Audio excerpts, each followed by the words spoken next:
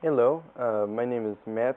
I'm an intermediate amateur chess player, but I thought this game was very interesting. It was played online, Blitz, on chess.com, and I thought I had a fairly decent plan, even though I didn't know this line very well. I thought it came into an interesting position, so I just want everyone to see this game, and if you have any comments, questions, etc., just feel free to post on the comment box below. So I'll go right into it. I am playing the black pieces, my opponent's playing the white. He starts with a he starts with a d4, and I follow up with a knight to f6, common to play King's Indian here. But he had other intentions, so he plays knight to f3. Normally in this position, I still follow up with a g6 move, and I was thinking he might follow up with the g3, also intending to fianchetto his white squared bishop, but he doesn't do this in this game. So I play g6, he follows with the c3, basically blunting any potential plan. If I do play my bishop here, it's going to be blunted on the square, so I thought better would to be going with maybe more central control, so I played d5 immediately. He follows with h3, which I found to be a slightly interesting move. I think better might have been just to maybe play d3 or e3, and something of this nature. And so I play e6. He follows up with a g4, and this is a line I'm not very familiar with, I must admit, so I'm not really sure what the best course of action for black is here. If you do look at the board, you notice two things. One is he really cannot, his kingside castling ability is going to be very dangerous, and his queenside castling ability is also going to be very dangerous. So in this game I was thinking, well, he's attacking my kingside abilities, castling abilities. You know, he's obviously throwing these pawns out here, so I really am kind of scared to castle this way, but at the same time, he's also giving up his potential king safety. So we'll follow that this comes into play with a very interesting position later in the game. So he plays c5, or sorry, excuse me, I play c5, just trying to gain better control of the center. You'll notice that if he takes, I have this bishop here. And then he followed with g5 immediately, attacking the knight. And so I'm not exactly sure if this is the correct move to play, so feel free to post any comments if you feel like there's a better position I can attain. But I played knight to e4, just kind of also putting pressure on this pawn, and also more protection for this pawn if he does decide to take. And in this position he plays h4, protecting this pawn and really sort of putting pressure on my king side. But at the same time he's opening up some weaknesses in this region. So I play knight to c6, adding more pressure to the center. He takes, and I take back with my bishop.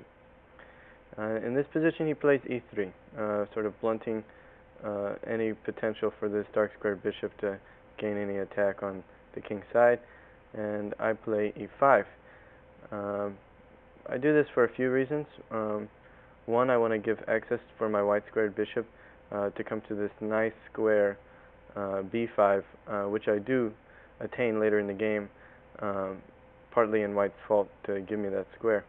And so he plays bishop to d3, and here I'm looking at a few opportunities. One is there's a potential fork with a pawn on the e4 square, and that's something I'm thinking in the back of my mind. If somehow I can attain some sort of pin on this knight, then maybe if bishop takes, I can just take, and then the knight would be pinned, and he's going to lose because he can't move it out of the way and the queen will fall. So I play bishop to g4 immediately, and from this position he plays b4, attacking my dark squared bishop. I found this to be a slightly strange move because it really doesn't do much for, I guess it's sort of like a waiting move, and yet maybe gaining some control on the queen side. So I just bring my bishop back to b6. In this position, he takes my e4 square, and I'm going to immediately take back with my pawn. And you'll notice that the knight's pinned, but he has an interesting way of getting out of the pin, which is just to do the queen exchange. And so I take back with the rook, and now the knight's unpinned. But you will notice, however, that there's a mate threat on this, I guess it's d1 square, and I'm going to use this mate threat all throughout the game to put pressure on White's movement. And so he plays knight to d2, which is a good move because it prevents mate, and it also blocks the rook's movement. But you'll notice this pawn is not hanging whatsoever, because if knight takes, then rook comes in with checkmate. So I don't really worry about this pawn, and I play castle, just maybe gaining access for my rooks to come into the game. And he plays rook to g1. And I definitely don't have any intentions of giving up this diagonal, so I'm just going to bring the bishop back. And he's pretty safe there, pretty solid. And he plays a4, I guess putting more pressure on the queen side. And so I immediately follow up with a5. Now, I was hoping he might take with his pawn, in which case I would take with my knight, and then put pressure by just sacrificing my knight on c4, because if he does take, then I still have this mate. But that's not what he did. He plays pawn to b5, and then I'm going to follow up with knight back to e7.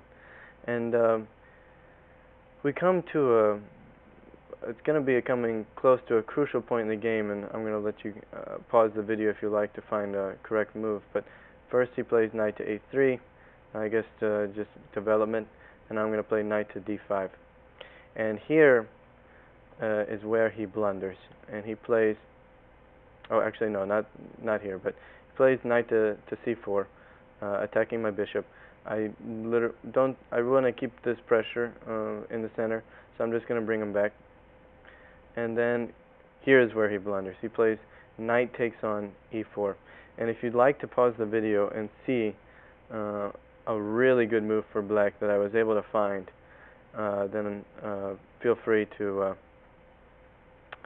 pause. But the move is knight to b4. And you'll notice this does a couple of things. First of all, there's a mate threat right here, right? So he really cannot, he has to do something about the mate threat. And there's also, he cannot just take the knight, because obviously mate. So there's also the check here, which wins the rook. And there's really not much he can do. You'll notice that if he plays a move like king over, that I can simply just play rook check, and then he has to move his king, and then I can check again, and I'm winning a piece here. If he takes with the bishop, then I'm going to just take back the rook, and if he moves somewhere else, I'm going to take the rook, he'll take back, and then I'll take the knight. So he's kind of losing there. But what he did play in the game,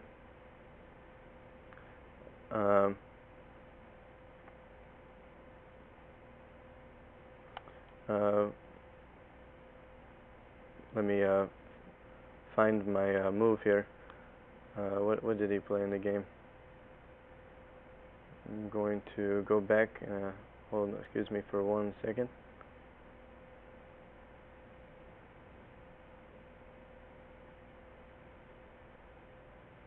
Okay, so sorry about this. I'm using chess.com's analysis, so I'm just going to go back to the quick position that we were in.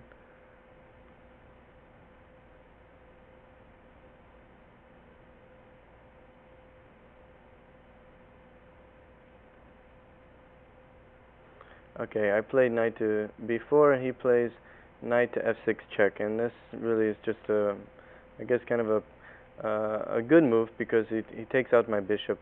Maybe his best alternative, and so I'm just going to move my king over, and then he takes the bishop, eliminating the mate threat, but then he does lose the rook.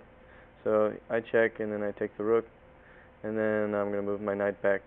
But if you found this move, congrats. I mean, from here it's a pretty easily won game. I wouldn't say easily, but I'm up material, have a material advantage, and I find a good way to break through White's weaknesses, and I believe he blunders again in this game, but I'll quickly go over the rest of the moves. I think there's only 15 more moves left. He plays knight to takes the pawn on e5, but that's a blunder because rook comes down and wins the bishop. Check. He moves king, take the bishop, and from here it's just easily one game. I throw in a check, just gain a better position, make his king move. Hopefully planning on once I move my rook over, getting his knight back here, and then if his king is here, then I can simply move my bishop here and then win and try to trade down the material and win this game. But he plays king to g4. I play rook to c8, planning this check. No point to go rook here because his knight has plenty of free squares that he can move to. So he plays knight from the h file to f6. I'm going to play rook check, and the king has to go to f. Well, he actually pushes his pawn to protect the check. But this is a bad move because my bishop, he hangs this pawn, and there's another check soon to come. So now I'm putting pressure on this pawn with two pieces, bishop and the rook. So he plays rook to e1, and I'm simply going to check him. And his king's really unsafe right now. I'm playing knight to f1, and this is a really good strong move because you'll notice that he cannot take the bishop because this rook is going to deliver mate on h2. So he has to take the knight here and loses more material. And the rest is pretty much just over. He's trying to find a way he can mate my king with the two knights. Not going to happen. Moves his knight back, check, moves his knight. I push h5, prevent him from taking with check. He moves there with check anyway. I move my king back up, and he moves his knight here, and I said, okay, I'm tired of all this. I'm just going to take. So I take with my rook, pawn takes, king takes, and this game's pretty much over from here. King up, and from here he resigns because he has no more checks, and mate is soon to come on h2, and the king cannot avoid this. He cannot move to h2, cannot move to g3, cannot move here, and can't move anywhere on this second rank. So he resigns, and it was a good game. So if you found the move I was speaking of, then you're a pretty good player.